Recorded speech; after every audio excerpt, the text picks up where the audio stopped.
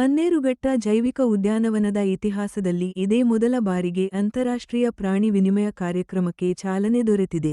4 Asian ಆನೆಗಳು ಜಪಾನ್ನ ಹಿಮೇಜಿ central ಪಾರ್ಕ್ನ ಹಿಮೇಜಿ safari ಪಾರ್ಕ್ಗೆ ಪ್ರಯಾಣ ಬೆಳೆಸಲಿವೆ. ಕೇಂದ್ರ ಮೃಗಾಲಯ ಪ್ರಾಧಿಕಾರ, ನವದೆಹಲಿ ಮತ್ತು ಸಂಬಂ.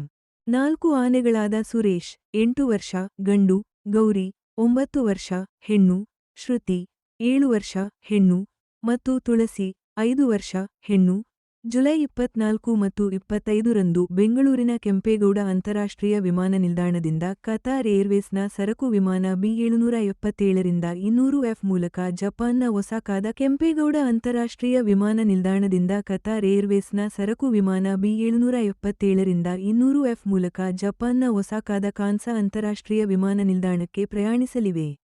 ಬನ್ನೇರುಘಟ್ಟದಿಂದ ಹಿಮೇಜಿ ಸೆಂಟ್ರಲ್ ಪಾರ್ಕ್ಗೆ ಸಾಗಾಣಿಕೆಯ ಒಟ್ಟು ಸಮಯ ಸುಮಾರು 20 ಗಂಟೆಗಳೆಂದು ಅಂದಾಜಿಸಲಾಗಿದೆ.